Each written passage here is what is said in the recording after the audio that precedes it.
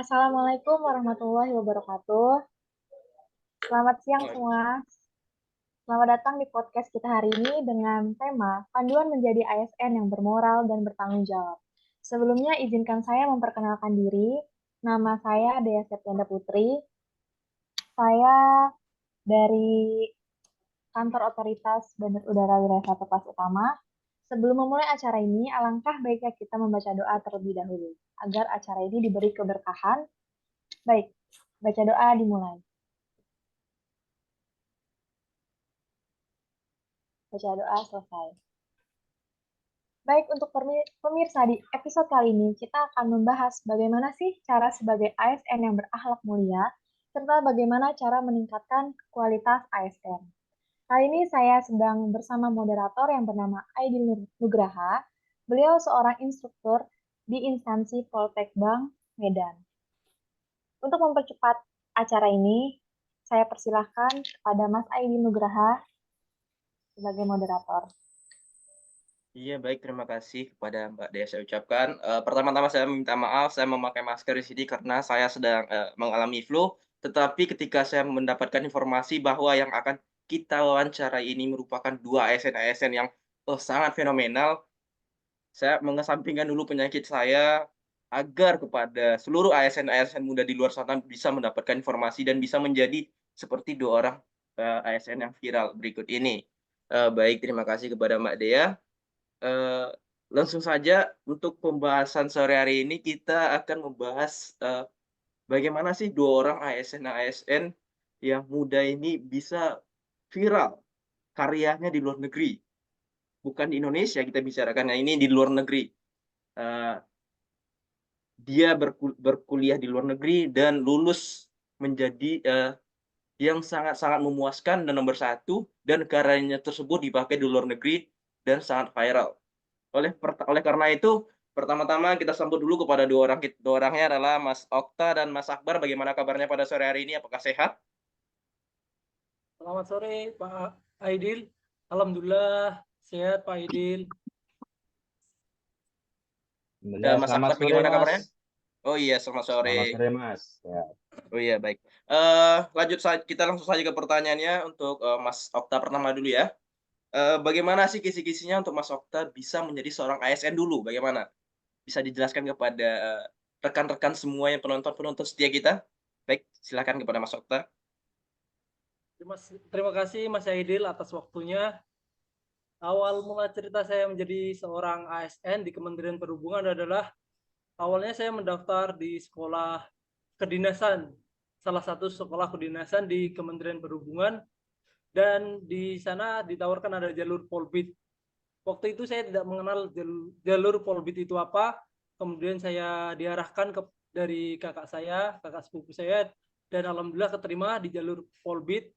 Kemudian saya menempuh pendidikan di salah satu sekolah kedinasan Kementerian Perhubungan, yaitu PIP Semarang. 4 tahun saya bersekolah di PIP Semarang, kemudian akhirnya dilantik dan mendapatkan penempatan di kantor distrik navigasi tipe A kelas 2 Sabang sampai sekarang alhamdulillah, dan kemudian lanjut ke S2 ini bersama Pak Akbar. Ya Pak Akbar, sekian itu saja cerita singkat saya. Terima kasih, saya kembalikan ke Pak Aidil. Iya, baik, terima kasih Mas Okta. Sungguh inspiratif sekali itu kisahnya. Kita lanjut ke Mas Akbar. Apakah, rangkaian kisah yang Mas Akbar sendiri jalani itu sama seperti Mas Okta? Ya Mas, terima kasih atas waktunya. Untuk kisah kurang lebih sama ya Mas, karena kami bisa dibilang satu angkatan waktu itu. Mhm. Saya mendaftar di PIP Makassar Mas. Saya menempuh sekitar 4 tahun dan dilantik menjadi CPNS. Itu Mas. Iya. Oke, baik, terima kasih Mas Akbar. Pertanyaan selanjutnya ini, kan, PNS-PNS atau ASN-ASN muda di luar sana kan ingin juga berkarya dan memiliki prestasi seperti Mas Akbar dan Mas Okta sekalian. Bagaimana sih kisi-kisinya biar bisa, masuk ke kampus di luar negeri, beasiswa, dan lulus paling nomor satu lah ibaratnya.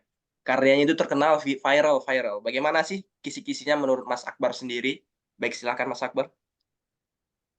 Oh, dari kisi-kisi dari saya nih, Mas.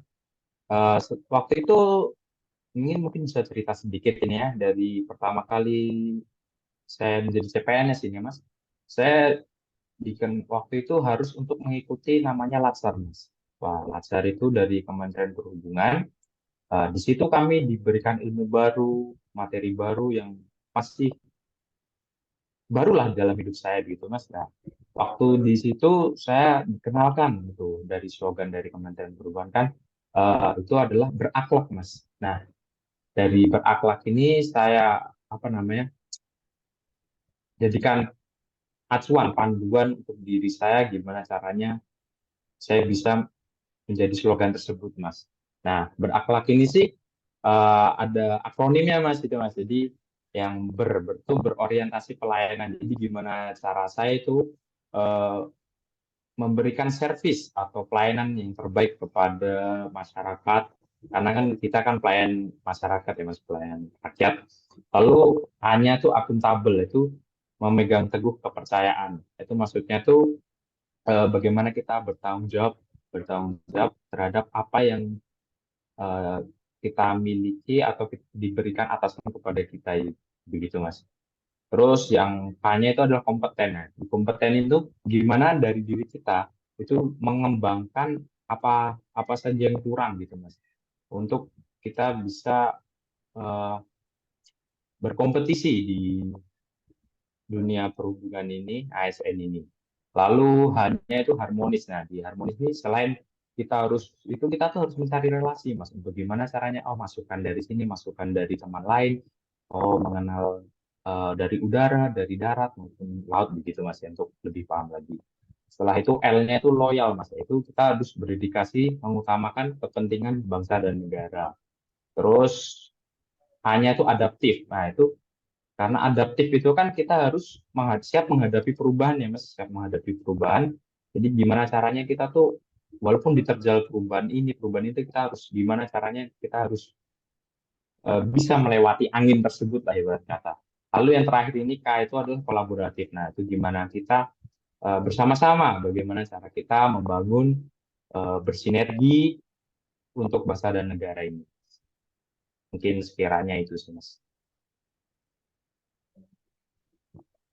Iya, baik. Terima kasih Mas Akbar. Sungguh cerita yang sangat inspiratif sekali. Sehingga ASN-ASN muda di luar sana dapat meniru. Karena keterbatasan waktu, baik langsung saja saya simpulkan untuk podcast pada sore hari ini. Yang pertama itu dari Mas Okta tersebut, bagaimana sih caranya menjadi seorang ASN? Ada beberapa cara. Yang pertama itu kalian bisa mendaftar melalui sekolah kedinasan. Yang kedua bisa melalui pendaftaran umum. Dan untuk agar atau bagaimana sih caranya agar menjadi ASN yang memiliki values yang baik, ada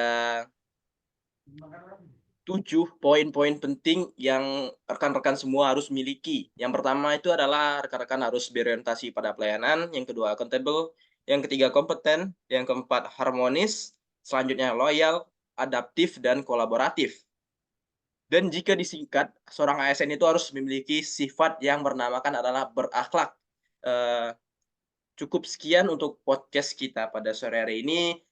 Saya rasa, ASN-ASN muda di luar sana dapat mendapatkan ilmu yang bermanfaat dari kedua orang ASN-ASN pintar yang hadir pada saat ini. Terima kasih saya ucapkan kepada Mas Okta dan terima kasih saya ucapkan kepada Mas Akbar. Terima kasih, selamat sore saya berikan kepada kepada host kita yaitu adalah Mbak Dea. Terima kasih.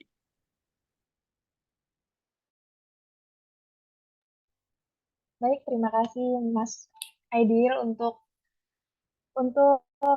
kesimpulannya. Nah, jadi pembahasan kita hari ini tentang nilai-nilai dasar dan prinsip-prinsip menjadi ASN yang berakhlak. Semoga bisa menginspirasi rekan-rekan sekalian dan informasi kita ini memberikan motivasi bagi kita semua. Baik, demi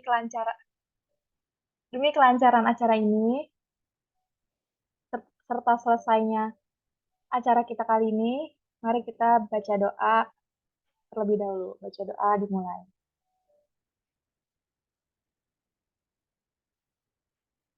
Baca doa selesai. Baik, terima kasih untuk para moderator dan narasumber kita. Kurang lebihnya mohon maaf. Wabillahi taufiq wal hidayah. Wassalamualaikum warahmatullahi wabarakatuh. Waalaikumsalam warahmatullahi wabarakatuh. Waalaikumsalam warahmatullahi Terima kasih. Waalaikumsalam Terima warahmatullahi kasih, wabarakatuh. Mbak Dea. Terima kasih, Mbak. Dan terima Terima kasih kasih, Mbak Mas Dea. Aidil. Terima Izin kasih, saya Mas live dulu Mas ya. Akbar. Izin, terima kasih.